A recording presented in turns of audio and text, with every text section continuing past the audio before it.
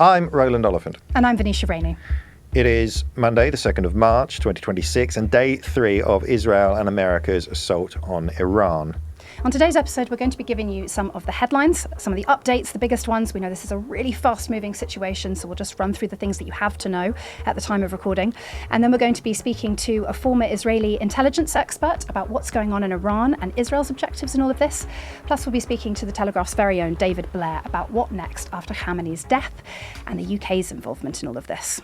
So, Roland, let's start with some updates. Where do you want to kick off? The absolutely most significant development is the death of Ali Khamenei, but we'll get into that later in the podcast. But there's absolutely no underestimating what a moment that is for Iran, for the region, and in world history, quite honestly. Yeah, absolutely. And as you say, we're going to be getting into that in more depth with David Blair. But should we kick off maybe with death tolls? So we're on day 3 of the operation now. Death tolls for respective combatants in Iran. Iranian authorities, the Iranian Red Crescent puts total deaths at 555. We don't know the breakdown between military and civilian there, or if that's complete. The deadliest single incident was a strike on an elementary girls' school in the city of Minab in southeastern Iran. Iranian authorities now put the casualties, the deaths there at 180 children, and that's going up. It was 165 when we finished reporting that the previous evening. Hospital was also hit in Tehran, forcing nurses to evacuate newborn babies. So it's clear that some Israeli and American missiles are not. They're missing their military targets clearly, which is what happens in war. In Israel, at least 10 people have been killed so far, 9 of them in a missile strike on a synagogue in Beit Shemesh, west of Jerusalem, on Sunday. We now know that 3 U.S. service members have been killed. These are the first confirmed casualties on the American side since the war began. That's from U.S. Central Command. 5 others have been seriously wounded, but we've got no information on where or how they were killed and injured. At least 1 U.S. fighter jet crashed in Kuwait on Monday morning during an Iranian missile attack on an American airbase there. The pilot at least survived by ejecting. It's not yet clear if that was friendly fire from an American air defense unit or if the Iranians managed to bring it down. The war's expanded on Monday. Hezbollah fired rockets into Israel. I don't have any updates on casualties on the Israeli side from that, but retaliatory Israeli strikes, we're told, killed 31 people and injured 149 in Lebanon. And in the Gulf states, on the southern side of the Persian Gulf, so far we have at least 1 person killed in Kuwait over the weekend, 3 civilians killed in the United Arab Emirates during an Iranian missile and drone strikes there over the weekend. So that is the current death toll. And also you can see, Venetia, from that, the war is really seriously spreading. We're talking about, Israel and Lebanon now involved in direct conflict, the Gulf, and there were strikes on, a suspected strike on RAF Akrotiri in Cyprus as well, I believe. Yeah, and we'll come on to the sort of UK's involvement in all of this later with David Blair, because Starmer gave a very interesting speech over the weekend. He basically said that America will be allowed to use our military bases now. He's taken a lot of flack for this on a diplomatic front, for being slow off the mark, slower than some other American allies, such as Canada. He's now given the US limited permission to use bases to strike Iran in order to destroy Iranian missiles. And he says that's British bases will only be used for that very limited purpose, not part of the broader regime change operation. But the one thing I do want to highlight is that Donald Trump has been speaking. He's been speaking to a number of journalists in turn, systematically, and he's also given another address overnight. And the message is quite confused, actually. He has said in the space of a few hours, I'd really like to talk to the Iranians now. Maybe we can wrap this up in a couple of days with a deal. And he simultaneously said that now it's up to the Iranian people to rise up and overthrow the regime. And he said that his goal is the freedom of the Iranian people. So there's real mixed messaging here from Donald Trump about the purpose of this operation and what the military goal is. It's going to be alarming to those who remember or who doesn't remember intervention in Iraq, and the sense that without having a clearly defined and achievable goal, you can get sucked into all kinds of things. Yeah, the ghost of the Iraq War, I think, hangs really heavily over this. And Starmer actually referenced it in his speech. He said, we're wary of Iraq. That's not what this is, but that's not what this is right now. Who knows where this all ends up going? So really, really big fundamental questions, largely about what happens in Iran now, to be absolutely honest, because it's been made clear that the outcome of this operation depends very much on the Iranian people. Whether there is this revolution that Donald Trump seems to be expecting. Which, crucially, we haven't really seen evidence of. No, there's no evidence of it. In fact, I've been speaking to Akhtar McCoy, our foreign correspondent. Most people are staying at home. The streets are busy in Tehran, but they're busy with regime supporters. The regime has called on supporters to come out on the street. 40 days of mourning. We're going to see a lot of things in support of the regime. I think they're very conscious of the threat of losing control of the streets, and therefore they've asserted control of the streets. So to me, right now, it's very difficult to see where this supposed uprising is meant to come from. It's definitely anti-regime people in Iran will not be coming out on the streets at the moment. It's highly, highly risky. Bombs are falling everywhere as well.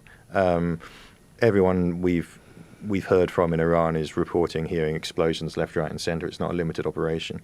And I think that brings us to the other big point, is that the removal of Khamenei raises the question of what's the new government, the new leadership going to look like? And ultimately, is America going to settle for a Venezuela-style outcome, right? Will there be a deal with whoever the new leadership is? I mean, it's a fascinating idea to try and effect regime change only via an air campaign. No boots on the ground at the moment. I'm not sure that's ever been done before. It's a pretty extraordinary effort. We'll see whether they get anywhere. As you say, they've cut the head off the snake, in a favourite Israeli saying. But what happens next? We don't know what's happened to Khamenei's son. We know that they've already elected a new sort of 3-person council to try and take over from him and to shepherd through what happens next. And I was reading that Khamenei asked everyone to elect 4 people who could replace them in the event of exactly this kind of thing. So this is a regime that is prepared for an existential attack on it. That's right. They were prepared in advance. Donald Trump did say that so many people have now been killed. That includes many of the people who were lined up to succeed. Ali Khamenei, for example, disappeared. Along with Khamenei, we believe they killed Mahmoud Ahmadinejad yesterday, the former president. Yeah. I must say, I think... A bogeyman. From my perspective, that was unnecessary. He was largely sidelined. He'd been completely frozen out of the establishment. But symbolic. He was, symbolic, but he was, if anything, a bit of a dissident. I mean, he was not a person with any real clout. I don't know why they felt they had to kill him. But as you mentioned there, Khamenei's son, Mojtaba Khamenei, his wife is dead. His child is dead. Yeah, 14-month-old toddler was in the Khamenei's compound with him when it was struck, right? Right, but we don't yet know about Mojtaba. What we do know about Mojtaba is that Mojtaba was the IRGC's favoured candidate for the succession. And therefore, if he's still alive, he is speaking in old-fashioned medieval kind of terminology, he would be a pretender to the throne. He would be a contender in this game of turbans that has been unleashed. So his whereabouts is a really, really big question. As you said, at the moment they're following through the Iranian constitution. So under the constitution, if the supreme leader dies, a triumvirate temporary ruling council, that's the president, the head of the judiciary, and a representative of the Assembly of Experts, I believe, or the Guardian Council, rule until the next Supreme Leader is appointed. What do you make of the fact that they haven't tried to assassinate, that we know of, Pezeshkian? Do you think he might be the Delcy Rodriguez figure, the deputy president of Venezuela, who they left intact as someone who they could work with within the regime? It's so weird because during the 12-day war last year, the Israelis dropped a bomb on Pezeshkian. He was chairing a cabinet meeting, and a whole bunch of them were there, and they survived. But the roof came down around them, and Pezeshkian apparently had to. He was nearest the window, so he dug the tunnel through the rubble for the others to get out. Oh wow! So they've tried to kill him before. I think Pezeshkian is seen as a relatively pragmatic, relatively moderate figure, but it's about clout and how much real power you have. Could it be Pezeshkian? Maybe. But I guess this is all relative as well, right? If the Islamic Republic is in a fight for its life, which it is at the moment, they're probably all going to be hardliners relative to what America would like. I'm just looking at something that Pezeshkian has said. Iran is ready to crush the bases of enemies and will powerfully continue the path of the supreme leader, Ali Khamenei. So fighting talk, obviously. It doesn't sound like he's going to be a Delcy Rodriguez figure, but who knows? This is part of the problem with the American messaging. And Donald Trump's really mixed rhetoric, between I want freedom for the people of Iran, we want to end this now completely, or I want to just talk to them. I suppose putting yourself in the shoes of the Iranian regime, if you've got those two messages coming down the line, you've got to assume the worst, and that means you've got to assume you're in a fight for your life, and therefore there is no reason to show restraint. Which is what we've seen, right? I mean, the reaction, compared to the 12-day war last year, where they took, I think, 18 hours to respond, this response was quick. So clearly they were a lot more ready. And it's been so much wider as well, targeting a lot of sort of kind of allies in the Gulf. I mean, so you've been looking a lot at the Gulf over the weekend. What's the thinking behind that for Iran? For the Iranians, they've clearly concluded, and reasonably, given the rhetoric from Benjamin Netanyahu and Donald Trump, that this is an existential fight. Victory for them is surviving this onslaught, which means bringing this onslaught to an end sooner rather than later.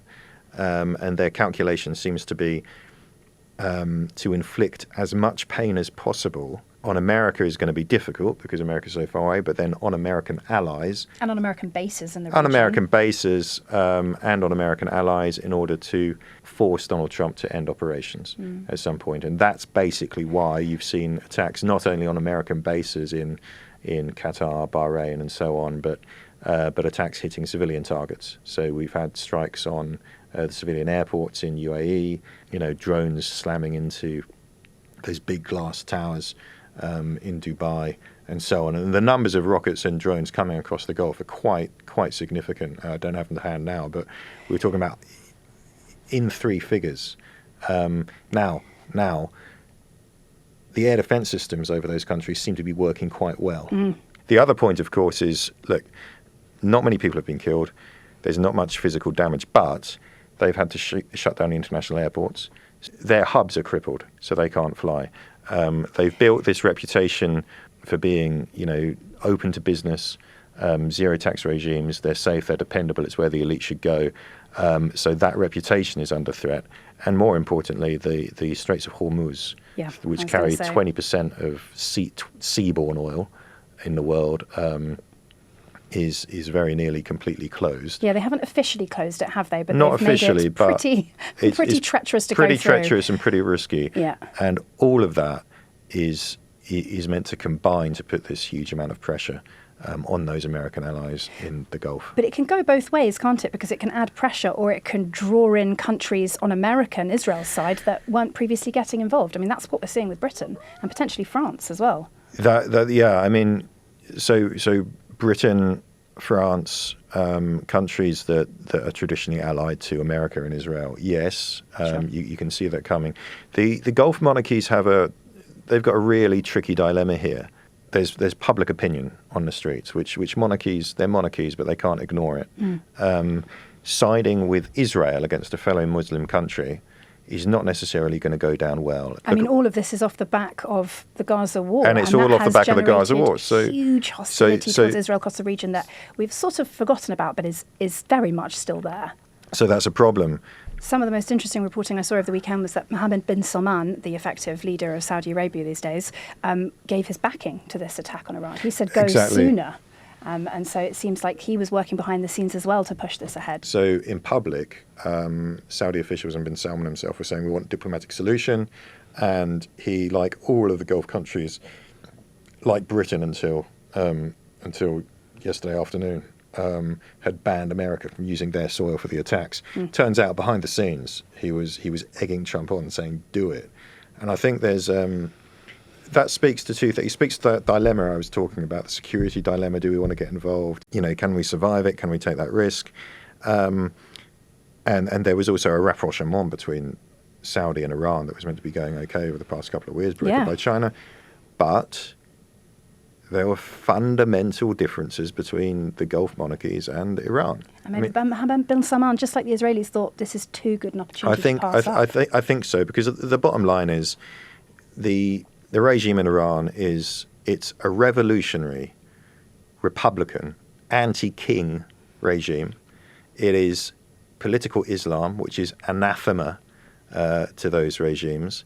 It's Shiite rather than Sunni, and it's Persian, with a good dose of kind of good old, well, from an Arab point of view, good old-fashioned Persian imperialism and chauvinism.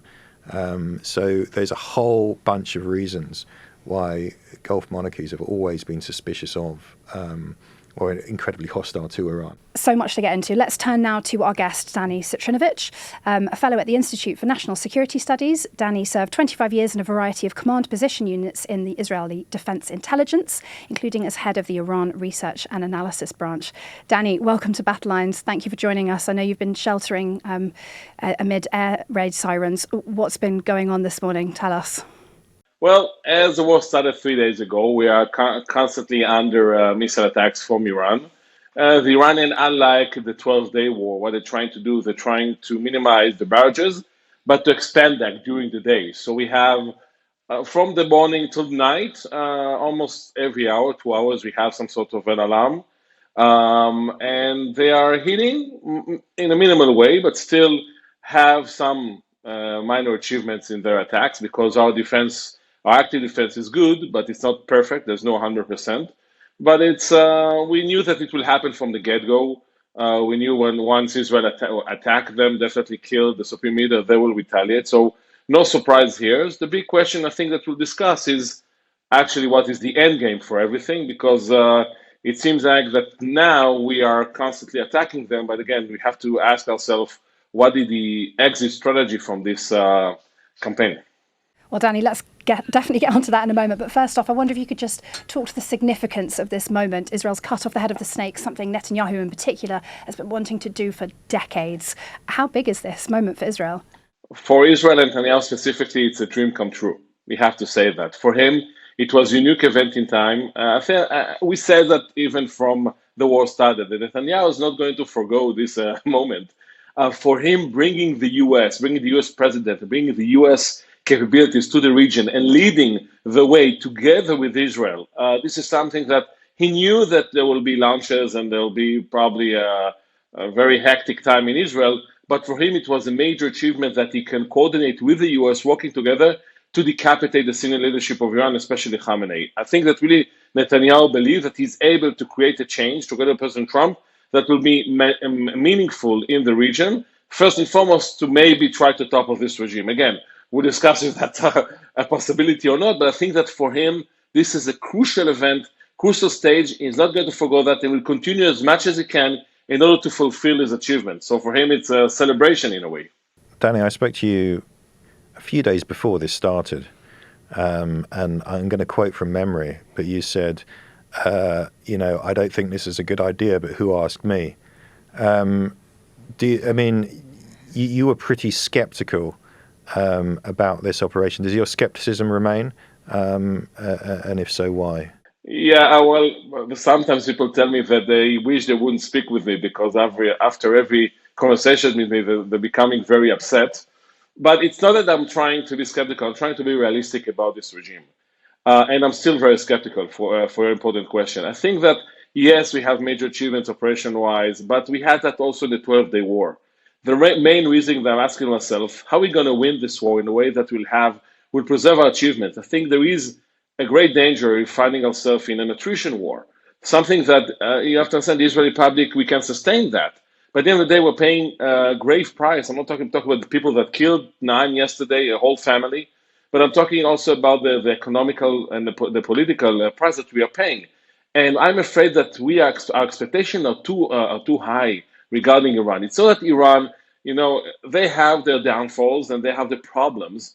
But I think in terms of what we're trying to achieve in decapitating the leadership and now bombing the RGC, police headquarters, maybe thinking that people go to the streets, I think that we are relying too much on our Air Force capabilities, and we are underestimating the strength of the regime.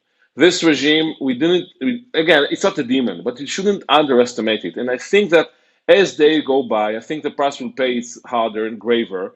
And for them, they are able to sustain that in a way that, like they did, it's not like an Iraqi war, but I think they're more accustomed to it. It's a big country, and they can sustain. The resilience is different than our resilience. So the bottom line thing, I think that we have a major achievement. I knew that it will be because we have air operational intelligence superiority, goes without saying. But I'm still skeptical because I think that the target that we are putting now on the table is too high. And even more than that, I think that we came unprepared for what we call the regime change activity. And I'm afraid, and this is last thing for that we still will pay a price for killing of Khamenei. I think that this is something that I'm not talking about even Hezbollah getting into the business and becoming like a regional war, and the Houthis probably getting. I think it's only a matter of time. I think that for the future, I think we might pay a price for that, and I really think that I thought that it's important to reach even an agreement with this regime, hoping to prevent a war, and I don't see a path for that in the future. This is why I think that we are betting too high, and on top of that, I think that now we're aligned with the US, but if things will turn sour, I think we'll be blamed in the US for pushing the US to the war itself. So yes, achievements now, but maybe dark clouds in the horizon. Danny, that's fascinating. I wonder if you could just walk us back, because so many details have emerged over the weekend. So much has happened that we now know in terms of the planning that's gone into this operation to start this war, to kill Khamenei. Can you just tell us a bit about the sort of dual-track military preparations that were going alongside the nuclear negotiations? How real were those negotiations? And when was the decision finally made to start the attack on Saturday morning? Yeah, definitely. I think that what we know right now, I think it's correlated with reality. Of course, we weren't in the room of Netanyahu, Trump speaking, but I think it's safe to say that what we had is first Netanyahu came to Mar-a-Lago before the demonstration started, asking Trump for the assistance to attack the missile depots of Iran, and I think he gave him the green light. We have assurances for that from multiple places.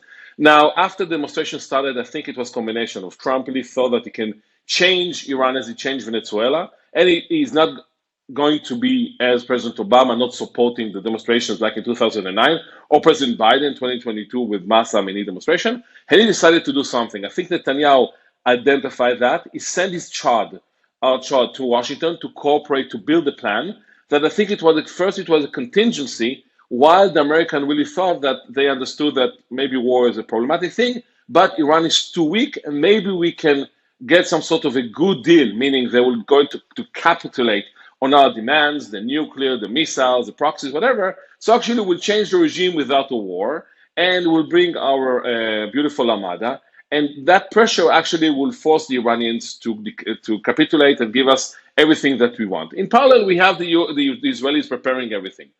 Negotiations started. I think that the Americans understood that the Iranians are not going to give them anything substantial in their expectation. The Iranians were willing to give them compromises on the nuclear, solely on the nuclear, nothing else. And for the American expectation, so not the missiles, not the proxies. Those were the sort of other elements. Exactly. Kushner and Witkoff, they are real estate negotiators. They are thinking like Trump. You are weak, we can dictate. They are not even actually calculating ideology and things like that. They couldn't care less about that. They really thought, although everybody told them it's not going to happen. Now, then the administration came to two options. Or it's going to agree to some sort of an agreement, JCPOA++ in a way. The Iranians were willing not to enrich in a way that maybe, I'm sorry to say, they wanted to the right to enrich, but they're willing to cap it. They are willing not to accumulate the material. And so they're actually blocking any path to bomb. Their thought actually would correlate with what Trump said. nuclear bomb, whatever. But Trump, in his mind, no nuclear bomb is something more than that. No missile that can deliver that, whatever. So they had two options. One option is to go to that agreement. The other option is starting a war. And now you have Israel on the sideline pushing for war because, as I said, with Netanyahu, for him, this is a moment that won't return back. And then Trump decided, okay, if they're not going to do that with negotiation, I will go with the Israelis. We'll have already the plan. And he decided to strike. Now, of course, they waited for something good to start with. The intel came with the CIA, IDI, whatever. We knew what Khamenei is. We knew where the defense CIA, committee was. IDI, whatever. The reporting is that it came from the CIA, but would you like to claim that one for the IDI? Listen, it doesn't matter. It really doesn't matter. The knowledge of Khamenei's place, okay. The fact is that he is dead. So we decapitate, and then we started the war. But I have to say one important thing.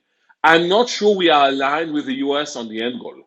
Yes, Trump is saying everything. I don't know if he really knows what he wants to achieve. From Israel, from the get-go, it's not depriving the missile capabilities of Iran. We know we cannot do that. From the get-go, it's trying our hardest to topple this regime. We are working now not to bomb some scattered locations in Iran. We are bombing the RGC, the Basij, and the police, making sure that we are weakening this regime so people will go to the streets. It's a huge gamble. Huge, because what will happen if they're not going to out to the streets? But I think that in that regard, the onus now is not on Israel. Israel will continue. It's on President Trump. There is a question of A, everything related to the oil prices, B, everything related to the weaponry and the ammunition that they have, C, the internal pressure coming from the US, especially when the Iranian managed, unfortunately, to kill 3 American soldiers. So we have to see what will happen in Washington. The bottom, of course, and for that we have to calculate, of course, what's happening in the region, everything related to the Iranian attacks on the Gulf states. That we are not surprised. They said that from the get-go. So we are in a regional conflict. We are not in a 12-day war. Everybody is involved, and I think this has its pros, but it has its cons, and we have to see how things will develop in the next couple of days. But definitely, we're in a historical moment in the Middle East that will have an enormous effect on the relations between the Gulf states and Iran, Iran and Israel, US and Israel, US and the Gulf states. I think we're in a very pivotal moment in terms of the future of the Middle East. Danny, you were focused on Iran in your intelligence career. I'm wondering what that tells you about. I don't know what the point of view would be from Tehran right now. I mean, what can you tell us about their strategy, their objectives, how they're going to try and get through this? Yeah, I have to say that I tried to focus on Iran for almost the last 20 years. And I always told my subordinates in the IDI, the Israeli Army, Israeli Defense Intelligence, that I want them to look at how Iranians look at things in life. I don't want to be judgmental. They're stupid, they're not, whatever. Just think how they try to think. And I'm really trying to do that every day. You know, I'm not a regime apologist. I'm trying to understand where they're coming from. And I think that they have a couple of things that they want to do right now. First, cohesion. It's important internally. They have to actually to broadcast to the people on the ground, RGC, Artesh, and of course the Iranian public, that nothing has changed. Yes, we lost the father of the revolution in a way, but nothing has changed. We knew that from the get-go it can happen. We have an ordinary development. We have an ordinary process that we can replace it. This is why I think that internally this is an important thing they're doing. And I have to say, for now, from the outside, there's no cracks. It seems like the cohesion is there. Second, in terms of what they're trying to do on kinetic side, first and foremost, attacking the Gulf states. They're saying, of course, the military bases of the US in the Gulf states, but it goes more than that right now. They're trying to put a lot of pressure on them. It's not that the Iranians now thinking about returning back to nuclear negotiation, although what Arakshi said yesterday, I think Al-Arijani said it better today, there is no interest for negotiation now. They're trying to see whether they can raise the price for everyone, that the Gulf state that really I think that are in shock, that what everything is happening right now will pressure the US, will pressure the international community. China will pressure the US to stop the war because the price is too high. Although they are threatening of attacking Iran or whatever, I think that for them, first and foremost, they're countries that build on open society, open country, in terms of, hubs. The Emirate is a hub for flights, and it goes along, let alone everything related to the energy sector. I think that for them, every day that they continue, the war is continuing, the price is getting higher and higher. So this is what the Iranians trying to capitulate. This is another element that they're trying to do. And third, of course, operationally, everything related to what we call the calculation of the missiles. They know it's going to be a prolonged war. They have to calculate because for now, unlike the 12-day war, they're attacking Israel and the Gulf states and all the way almost to Cyprus. So for them, it's important that we calculate that and pressuring the Shia militias in Iraq, Hezbollah that entered the war, I don't think wanted to, but didn't have any other choice, and the Houthis in Yemen to just ease the pressure on Iran right now. So they are playing for time, hoping that every day that will go by, the pressure on the US will continue, will accumulate. Of course, they're trying to persuade everyone it's an Israeli war that pressure Trump and it's not a US war. They're trying to create some sort of a wedge between us and the US, making sure that at the end of the day, the war will end, they will preserve, and they will have the chance to rebuild the capacity. They have no intention to capitulate. They have no intention to raise a white flag. For them, it's a war for the future of this regime, and I think they're still thinking they can win. What military objectives has Israel set itself, and how achievable do you think those are? I'm very conscious as well that the IDF is still barely recovering from the Gaza war. You still have commitments in Gaza. The Northern Front is now reopened. The West Bank is on fire. Is the IDF massively overstretched? What objectives has it set? Well, first and foremost, yes, it's overstretched, but we have, of course, the US. So this is a major change that we had throughout the war. There is some sort of, we are looking at the jobs or the work that's being done. Actually, you can have some sort of a burden sharing. You go this, we go there. So that's important. Still, it's stretched, but we have the US monumental force. So this is something important. But for your important question, I have to say one thing about that. The power that I'm thinking is the fact that the target that we have right now, that we set, is not a military target. It's not like, let's deprive their military capabilities, or let's deprive the missile capabilities, or nuclear, or whatever. The goal that we know in Israel, meaning that what being said in the media, is the cabinet approved the goal of creating the relevant conditions that will allow people to go to the street and revolutionize whatever, or changing this regime. Okay, so it's the Trump-style regime change. That's what Israel is saying as well. Exactly. And this is not tangible, and this is not military. And you're putting the bar too high. So if you're not going to achieve it, then what it means that you lost the war, though you managed to really decapitate the senior leadership or whatever. So I think the problem that we have right now, that the goal is not tangible, is very vague, and it's not military. So you actually cannot accumulate that in a way that, it's like something that you won or you lost. So this is a problem that we have. And of course, the burden sharing. Now we had to draft more resources, more reserve.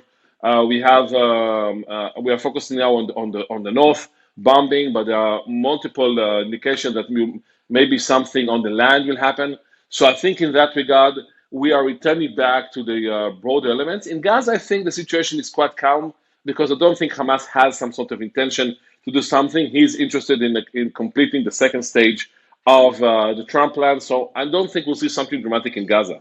But I think that in terms of the north, in terms of the Houthis will start firing rockets against us, and maybe the Shia militias again will be stressed. Again, I think the stress is on the IDF, but also on the Israeli public. Just remember, we are constant war from the 7th of October 2023, and this is a bad thing as well because the security of a country is not building on only the F-35 or F-15 or amazing pilots that we have. The security is built on the ability to live here and prosper. And I think this lengthy war is something that creating a lot of problems. People are leaving Israel, and I think this is something that our leadership needs to understand, that yes, we can decapitate Khamenei, we can kill this, we can kill that, but the bottom line of things, that we cannot live in constant war. And I'm afraid that this is something that we know how we're going to start, but I'm not sure we know how we're going to finish this war. Danny Citrinowicz, thank you so much for taking the time. Always a pleasure to hear from you. Is that your safe room you're speaking from? Yes. Yeah, I was going to say no windows. By the way, just a minute, I explained to you that a lot of people in Israel, they don't have safe room. We are lucky because we build a house, so we have to, when you're building your house in Israel, you have to be in a safe room. But a lot of people are old houses. They say around 40% of the Israeli public has no safe room. They have to go to community shelters, and it's a risk. And this is why another element that we have to be very careful in not prolonging the war in a way that will find ourselves in more problems in the future. This is why I think I'm truly hoping that this war will end. I think we have to be very realistic in our objectives, and I think this is the time maybe to think about the way out. Danny Citrinowicz, thank you very much for joining us on Battle Lines, and hope you stay safe. Ali Khamenei ruled Iran for nearly 4 decades. His death in an Israeli-American airstrike on Saturday morning marks a turning point not only in Iranian history, but that of the Middle East and the world. Joining us now to discuss the significance of this moment is the Telegraph's David Blair, our chief foreign analyst. David, welcome to Battle Lines. You've been reporting in and out of and around Iran for most of your career, actually. And Ali Khamenei has always loomed over that. What were your thoughts when you heard the news on Saturday? Well, whatever you think of him, he was one of the most significant figures in the modern Middle East. He ruled Iran from 1989 right up until the other day. During those 37 years almost, he reshaped Iran's strategy to create this axis of resistance, as he called it, an axis of terrorist groups stretching right the way across the Middle East, designed to deter Iran's enemies from ever striking the regime. Meanwhile, at home, he built up the nuclear program to give himself the option of building a nuclear weapon. By doing those two things, he massively raised the stakes of Iran's confrontation with America and its allies, with the results that we've seen. His strategy that was designed to secure Iran's regime has instead brought it to the brink. The cards that he built up that were designed to, hoped would be able to deter an American attack, have instead provoked one. And the nuclear program now largely lies in ruins, having brought down on Iran's head the full weight of international economic sanctions. So his strategy was extraordinarily ambitious, but in its own terms, and quite demonstrably, it completely failed. It's pretty clear that he miscalculated in some sense here. He misread the American and Israeli intentions and determination. I'm wondering, though, if you think that they also misread him in a way, because it seems like, or Donald Trump at least seemed to be expecting some kind of concession in these past few weeks. And I suppose I'm asking you to kind of tell us a little bit about the man and whether his character, what animated him, was somewhat misread abroad. Well, he was very easy to misread because he never left Iran. He never travelled. From the moment he became supreme leader, he never left the country at all. He met very few foreign leaders. A few were ushered into his presence, generally quite friendly leaders or people who had a less poisonous relationship with Iran, like Vladimir Putin, for instance. But very few Western leaders ever met him. So he was always this enigmatic figure. He was quite easy to misread. But in a sense, his strategy in its own terms was coherent. It was to maximize all the ways in which Iran could inflict harm on those who he believed posed a threat to the regime. But there's always a problem with a strategy of that kind, that you might end up provoking exactly what it is that you're trying to prevent. And that's the trap that Khamenei eventually fell into. Does the regime continue without him? I mean, we haven't seen it instantly crumble, clearly. Like when Assad left Syria, everything just fell apart almost instantly. Are we expecting to see something like that in the days and weeks to come in Iran? Or is the regime, and we were talking about this a bit earlier, is it sufficiently prepared for this exact eventuality? There is an institutional strength to the Iranian regime, which makes it very different from Assad, for example. The Assad regime was a completely personalized dictatorship. The only reason why Bashar al-Assad was president of Syria was because his father had been president, and the only legitimacy that Bashar had was that his father had mounted a successful coup in 1970. It's a pretty slender grounds for legitimacy. Now, the Islamic Republic of Iran is very different. They have a constitution. They've already had one transfer of power from Ayatollah Khamenei to Khamenei back in 1989. So there is an institutional strength there, but it's now being tested.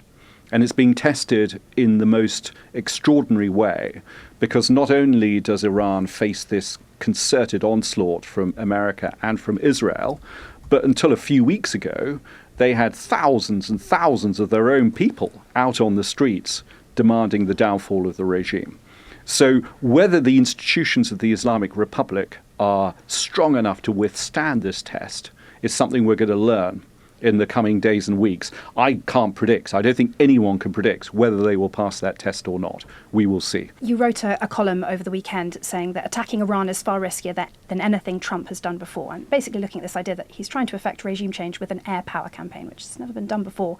Why do you think this is so risky for Trump? It's enormously risky, partly because he can't actually decide what the objective of this campaign is. He's using about half of all the deployable air power that America possesses, and he can't really decide why. So yesterday, he said in the morning, I'm going to be talking to Iran's new leaders. They want to talk to me, and I've agreed to talk to them. By the afternoon, when he delivered a video message, he said, I call on the Iranian people to rise up and take back your country and tear down the people who rule you. So on the same day, he defined his objective as being regime change and what you might call regime alteration, negotiating with the new post-Khamenei leadership of Iran. You can't really do both. You have to decide which one it is that you're going for. And if his real objective is total regime change, the downfall of the Islamic Republic, well, that can only be effected by the Iranian people. And whether they now rise up against their rulers is something that Trump cannot possibly control. No one can. No one knows whether they will do that or not. That depends upon millions of individuals. So if you put all that together, he's running the most extraordinary risk. There's a real risk for him at home as well, isn't there? I mean, we've got midterms coming up later this year. He's not doing that well in the polling. He came into power on a ticket of ending wars. We've literally got a clip that runs at the beginning of this podcast that says, I'll be measured not just by by the battles I win, but also by the wars that I end.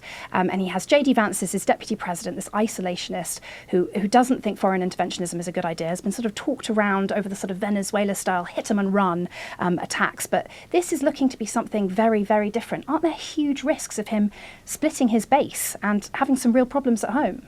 It's a really interesting moment in the history of the MAGA movement, in a sense. I mean, J.D. Vance, he would never call himself an isolationist. He'd call himself I'm not sure, but probably America maybe firstist? No, maybe a restrainer, or maybe just responsible kind of person. I mean, J.D. Vance represents a generation of people roughly my age who actually went to war in the Great War on Terror, rather than me, who decided to go and be a journalist.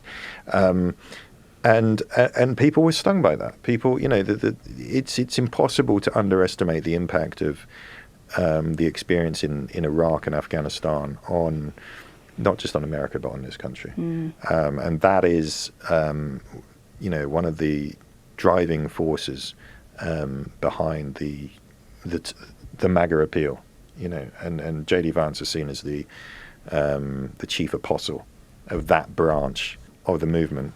There's always been this contradiction there at the heart of this movement, because on the one hand you have this appeal to, call it what you want, isolationism, restraint. Let's not get involved in any more Middle Eastern wars with no ends, with poorly defined objectives. As David says, this is probably an even more poorly defined objective than the invasion of Iraq in 2002, because you could control what happened to Saddam. You had, hundreds of thousands of troops of your own on the ground. Here you don't. But at the same time, there doesn't seem to be an appetite to give up America's status as a global superpower. And global superpowers have to assert their will and dominance around the world. And this seems to be this is the tension inherent in those two strains of thinking. The other thing I would remark on, when we spoke to Jonathan Hackett, the former U.S. Marine, in the hours before that, he made the point that the current chairman of the Joint Chiefs, General Kane, is a disciple of the what is called the Colin Powell doctrine.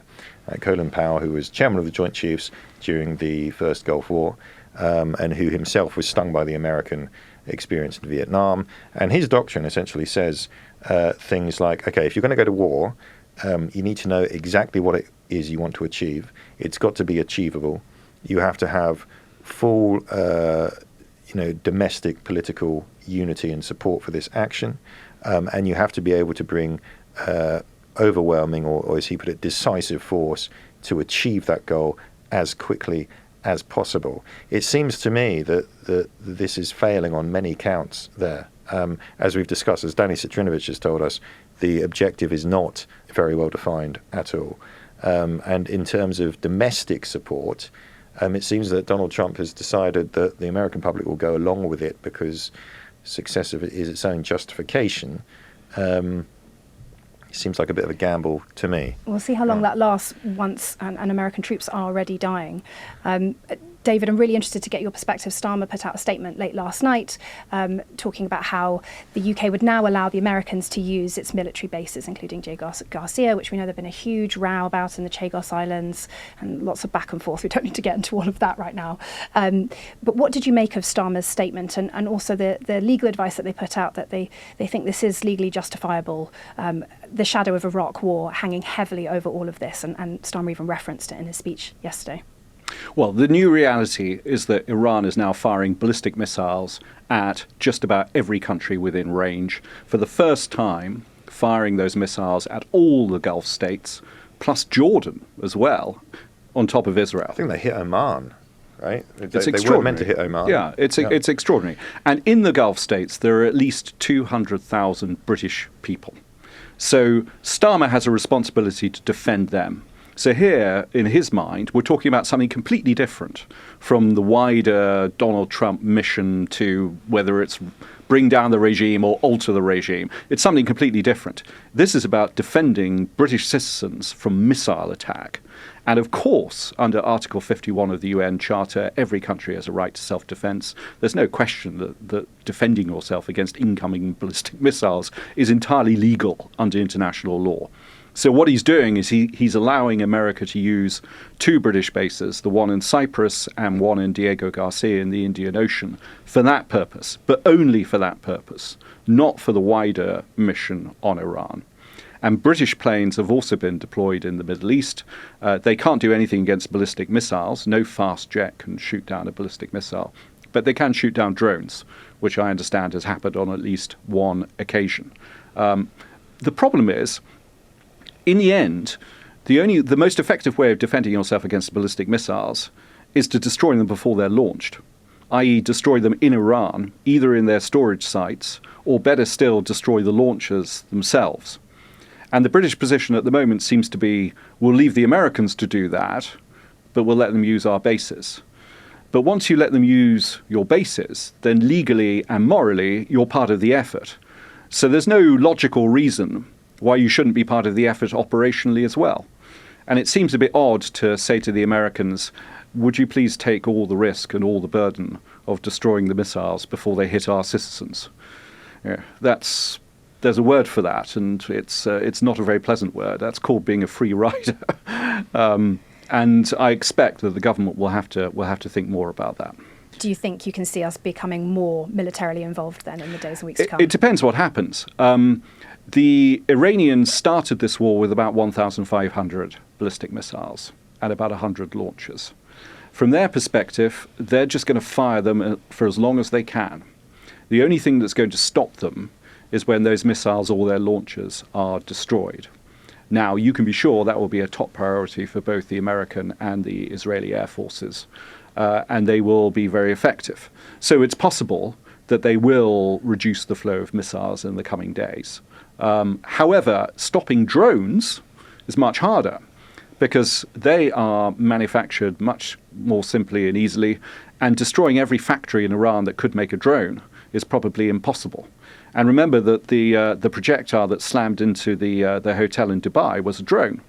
The pictures we've seen of a tower block in Manama being hit, it was hit by a drone. These are still very dangerous, even if they're not ballistic missiles. Stopping them is going to be much harder. David Blair, thank you so much for lending us your expertise. That was David Blair, the Telegraph's chief foreign commentator. That's all for this edition of Battle Lines. We will continue to follow the situation as closely as you would expect. And it goes without saying, when you're not listening to Battle Lines, do check out the Telegraph's website for all the latest. We've got live blogs running, David Blair's writing analyses, Roland will be writing stuff. We've got our Iran expert, Akhtar McCoy. So do check out our website for all the latest news and updates. That's it for Battle Lines. We'll be back again soon. Goodbye. Goodbye. If you're enjoying our journalism, why not sign up to From the Editor, our free email newsletter? Start your day with the latest news and opinion, plus our bite-sized puzzles. Scan the QR code to sign up free today.